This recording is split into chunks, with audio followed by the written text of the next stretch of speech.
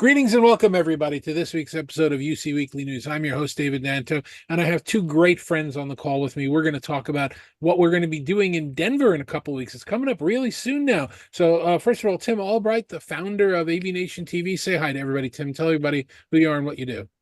Well, you just said who I am. I'm the founder of AVNation. You I must run have more AVNation. than that. What? That's about all I do anymore, dude. I run AVNation. I have a podcast called AV Week, and heading out to Denver for CEDIA in a couple weeks. What's the podcast called?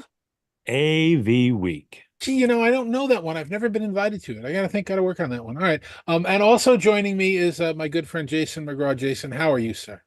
I'm super, David. Excited to be here with you today and getting excited for the upcoming shows. Now, as much as I know you, I know that's a lie because 2, 3 weeks before a trade show, things aren't good. If things were good, you wouldn't have a job. The reason you're there is because all hell is breaking loose and you're keeping everything under control. At least I assume that's true.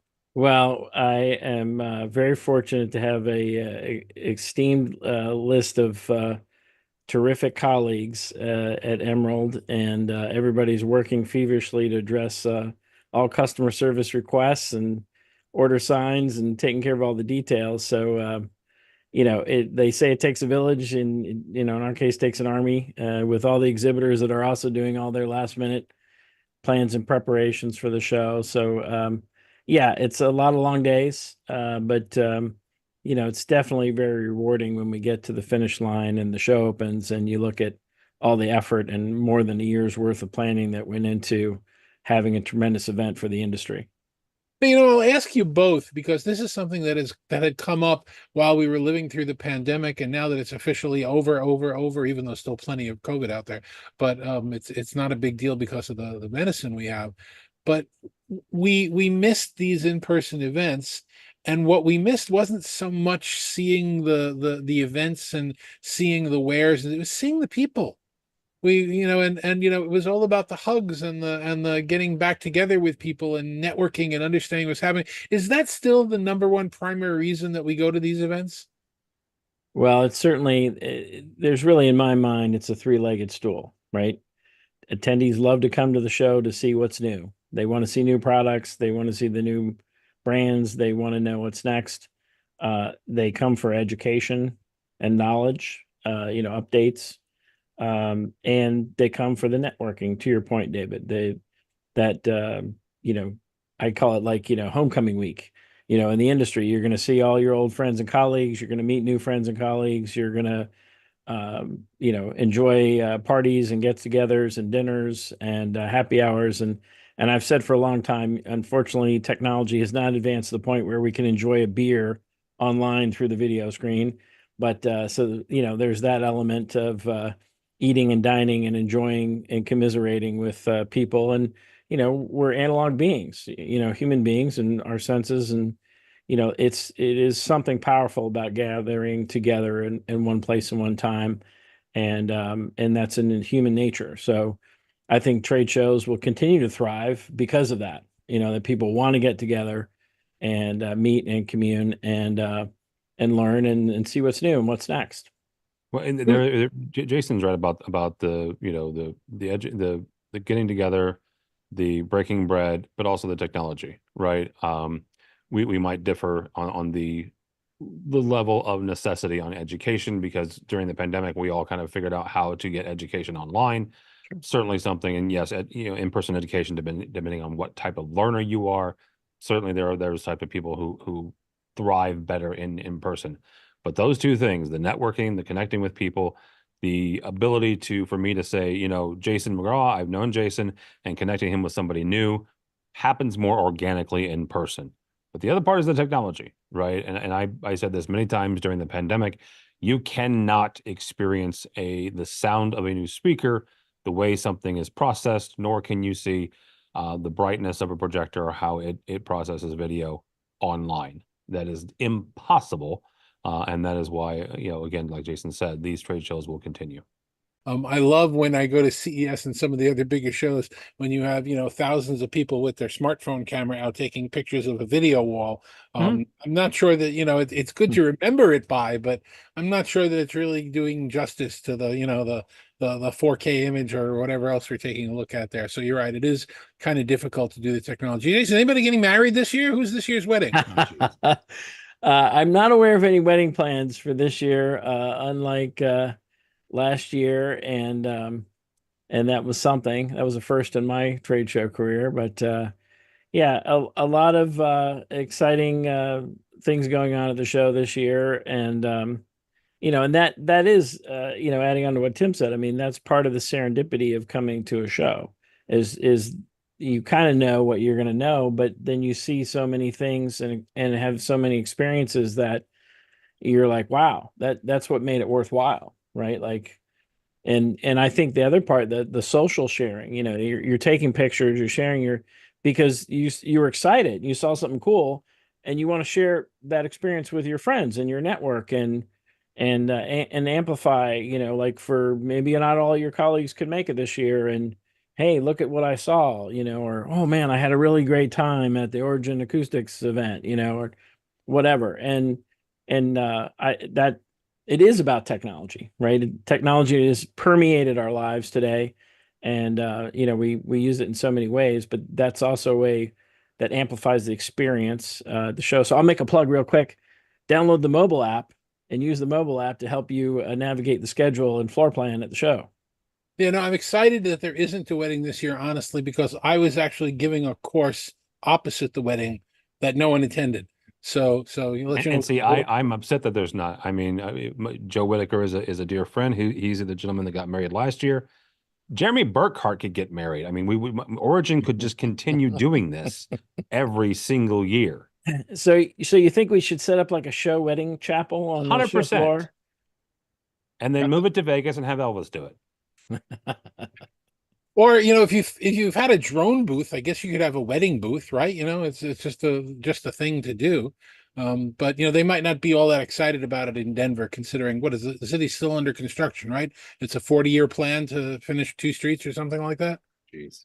Yeah, I don't know about the current construction update. There's still some work there on 16th Street, but But the bear's still there, right? The big bear outside the convention center. Oh yeah, the big blue bear is there, and yeah, they're definitely making progress. They have their new Bluebird ballroom that was under construction is now complete. That's in the convention center, and if you can get up there, they have a great mezzanine that looks out, terrace that looks out facing west towards the Rockies. But yeah, I mean, there's always construction issues that impact progress, right? And then it's no pain, no gain, and unfortunately, and just like a lot of shows that are in Vegas now are experiencing the same issue as they're working on the convention center there. But there, and especially with Formula One coming in over there, this time of year now where the streets get ripped up. But let's talk a little bit about what we expect to see at the show this year. I know I've had a couple of webcasts out where I had some of the moderators that are working on the IMCCA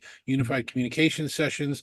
We've got some amazing people here. We got David Maldo is returning, Kevin Keeler is returning. My partner David Michaels is going to be moderating a couple of sessions.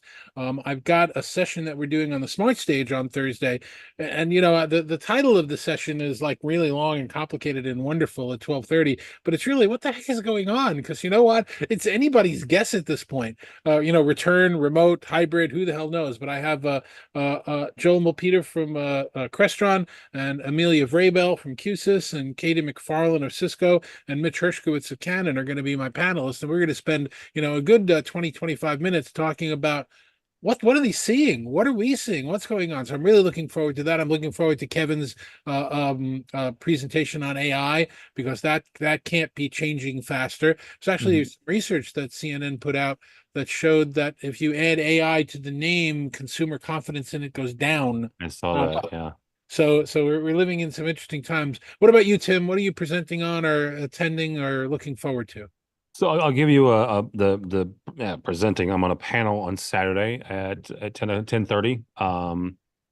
on the smart stage. But there's a couple of things. And you mentioned it already with the IMCCA folks. That's UC and how that figures into both the residential side and the commercial side. I've taken to liking the work from anywhere moniker instead of work from home versus hybrid, work from anywhere, and how that fits into both the conference room as well as the home office. I have long been a fan of the term resi-commercial. You can take that from me when I'm long gone, but you will not take it before then, because there are so many commercial integrators that are finding themselves in competition with traditional residential integrators. And I think the addition of the CI Expo from Emerald lends itself to that and adds credence to that, because you've got the CI part of this show, of what is traditionally, right, the last 20 or 30 years has been wholly a home show, home technology show. You're adding the commercial side, because quite frankly, those dealers are dealing in the commercial side. So I'm looking forward to that. And purely because I geek out on stuff like this, the increasing popularity of DV LED, direct view LED in the home theater. Oh my Lord. Last year was one of the most fantastic displays and presentations that I saw that incorporated a number of different elements, including some pretty remarkable speakers, but amazing DV LED home theater system. So You, those are you mine. you and I had this conversation about how we're at an inflection point that not a lot of people have realized. I lived through, you lived through, I think you lived through, I know I'm older than you, CRT to plasma, and then Yes, I lived through that. plasma to LCD, and now you've I got all played the. my original Nintendo on an old CRT. There you Yeah, go. Okay. there you go. I will, never mind. I don't want to get into that contest with you, but we now all of the LCDs on the planet are being made by like three or so factories Yep. in Asia, and nobody's making any money on it. The profits are squeezed. Everybody's white labeling and rebranding, and now along comes DV-LED, which on the larger scale is actually cost competitive inside boardrooms, and that's Mhm. just day one. As you get past day one and into the TCO of the product, you don't replace it every 2 years. There's no burn in. Now you can wrap it around columns and over ceilings and do odd shapes. So we're living through the beginning of the transition when LCD is going to give way to direct view LED and micro LED. Well, 100%. And the other part about that is, as you mentioned, the TCO, the total cost of ownership. A module goes out, okay, who cares? You pop it out depending on the size of it, and you pop it back in, and bada boom, bada bing, you're up and running again. And if you have to put in 130 or 140-inch diagonal display in a boardroom on the 87th floor, you have to book the freight elevator and ride it up on Yep. the outside, or maybe drop it from the Or roof, take or out a window. take out a window. And now if you want to do that with DV LED, you just bring up the modules and assemble it in the room. So I think we're going to be hearing more and more about the companies that are working in the DV LED space and how that's breaking out. So that's a very exciting thing. So those are things what about you, Jason? Anything you want to talk about that's outstanding to you or that you're looking forward to, other than the whole show and being over and taking a week's vacation?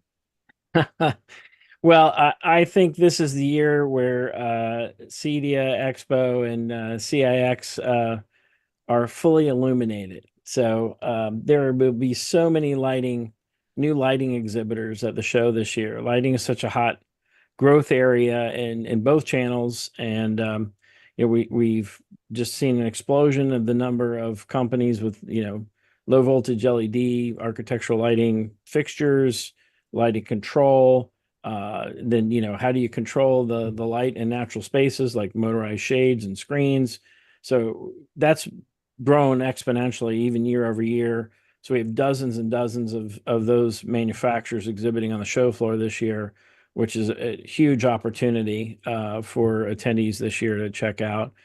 We've seen growth in companies providing security solutions, as well as energy management is another area. And you definitely just talked about, DV LED, micro LED. We have a number of LED manufacturers have joined the show this year that weren't there last year. AOTA, Abson, and others. And of course, we've had Planar and Sony and LG and Samsung in the show, digital projection, just video walls. I mean, we have companies that are be showing that technology on the show floor. And the other big part, of the show is kind of the resurgence of audio demo rooms and sound rooms on the show floor. We have more of those this year, more of them in the booths on the show floor. So the traditionalists that have been coming to the show for a long time, the audiophiles in the industry that had their bread and butter from home theaters, will definitely love that. But as you talked about earlier, Tim, that's you can have a great picture, but you also need great sound to go with it, right? Yep. If you go to a movie theater and there's no sound, you got a problem, and so I mean, this is part of the whole experience, right? It's the audio, video, the lighting, and the control, the whole environment, and I think that's there's leaps and bounds of new technology and experience level that's increasing and will be seen at the show and then through the content classes. How do you design these systems? How do you provide for a better experience and better ergonomics and better acoustics, and I know the CEDIA conference program touches on a lot of those topics as well. And so I'm excited about that. Those features of the show floor. Plus obviously the large brands, the bellwether brands that some we've already named. They're bringing all their new products. They're definitely a big attraction for many in the channel who work with those brands. But then we have dozens and dozens of new first-time exhibitors. We have a launch pad area for new to market companies. We have lots of new brands, international brands, domestic brands, and a wide variety of products. So, it's a great way to discover things that you haven't seen or heard about, that might provide good tools for your applications or, client projects. Yeah. So I'm friends with a mutual friend of all ours, I'm sure, Roberta Lewis, and she will not let me forget about all the brands that she's coming in representing in Denver coming forward. So, there's a lot of announcements from what she's representing as well. David, I'm going to jump in what Jason just said, though. That launch pad thing is, and CEDIA's had that for a number of years. That, to me, is one of the most important parts of the show floor. I am not besmirching anybody's big booth. Don't misunderstand. But that is one of the most important parts of the show, because there you're going to find the innovation. That's where you're going to find the woman who came up with an idea in her garage and brought it to the show floor. That is the cutting edge, right? It may not work for you today, but dude, let me tell you, in a year or in 6 months, you're going to come up with a problem that something at that launch pad is a solution to. Well, and it's our way too to help brands get a start. And it gives them a platform. We promote those brands at the show, and it's always been a popular feature. And it's in the back of the hall, so you work your way through the show, and that's why we encourage attendees to, if you can, stay all 3 days. There's a lot to see, and we have nearly 400 exhibitors this year, and so there's definitely a lot of companies to check out. Certainly the ones you've heard of, many you haven't, and you might discover something that's really going to help your business thrive. Okay, so let's do some W questions here, Jason. Let's start with you and the logistics of this. When is this taking place? It's coming up right around the corner very quickly. It's Wednesday, September 4th is the beginning of the conference program for both CEDIA Expo and for CIX. We have conference sessions going on Wednesday. The show floor opens on Thursday, September 5th, and runs through Saturday, September 7th. And it's taking place at the Denver Downtown Convention Center, correct? The Colorado Convention Center in downtown Denver. Yes. Colorado Convention Center in downtown Denver. And registration is still available, right? Oh, yeah. You can register in advance, which we encourage you to do, so you don't have to wait in a super long line. You can just show up and scan your barcode, pick up your badge, and you're on your way. You can certainly register on site. You can go to cediaexpo.com or expo.commercialintegrator.com to register for either show. And I was smart this year. I'm taking all of my moderators out to dinner one night. I've already booked it. I'm not waiting till the last minute looking for a restaurant, because it's a very nice place for foodies down there, and the places get packed pretty quickly. So we'll take care of that. Tim, what is AVNation doing from CIX and CEDIA Expo? So we're hitting the ground on the September 4th. We've got a number of folks that we're connecting with. And then the show floor, honestly, we'll do interviews all 3 days. I mentioned before that I've got a session on the Smart Stage on Saturday at 10:30. But yeah, it really is kind of coming through. Last year, we spent a fair amount of time getting our bearings around the CI Expo. Last year was the very first, the first edition of the Commercial Integrator Expo, and so this year it'll be expanding on that aspect of it, but also, quite frankly, going around to not just the main exhibitors, but like I mentioned before, that launch pad is kind of figuring out and seeing what's out there and what sort of kind of jewels can we dig. Mhm. And I'll be at the IMCCA booth while I'm not teaching any classes or attending any of the classes that my moderators are doing. It's interesting. We're going to have a nice little bench there where we'll have some work from home capabilities. Cisco is bringing us a Desk Pro Mini and a Desk Pro, or Desk Mini and a Desk Pro. I got to say that right. We're kind of hoping that some of the other manufacturers will give us some of their pieces as well, because these things are the definition of residential, where you take it and you drop it into somebody's house and you don't have to worry about them booting it wrong. It can be managed from the remote side. So we're going to have those working where people can actually walk up to it and put their fingers on it and test it. So that's going to be exciting at the IMCCA booth. And we will have our moderators kind of standing by there if you want to ask them any follow-up questions or anything going on, sort of an ask the experts thing. And who doesn't have questions about AI? Every time I listen to Kevin Keeley speak, I learn 10 more things about what's going on with AI. So it's going to be a great opportunity. It's going to be a great show. I love the time of year, being in downtown Denver, and everything's really very convenient. And I'm really looking forward to it. So, last words, gentlemen. What should we give people as a parting message, Jason? Super excited about the show. Hope you'll join us. Spread the word. Tell your friends and colleagues, and you don't want to miss it. There's always something new, as we've talked about today. Every single year, I get it. People can't make it sometimes, but I think you'll regret not visiting the show this year and seeing what's new, meeting new colleagues, catching up. It really can help your professional development and your business growth in the coming year. And we're super, super thrilled to have everybody there. It'll be fantastic to see all the smiling faces and shaking hands and hugs and high fives. And as you mentioned, David, there's nothing like it. And we'll look forward to seeing you there. I'll be there in the lobby opening morning. So please come down, say hello, and join us. I look forward to seeing you.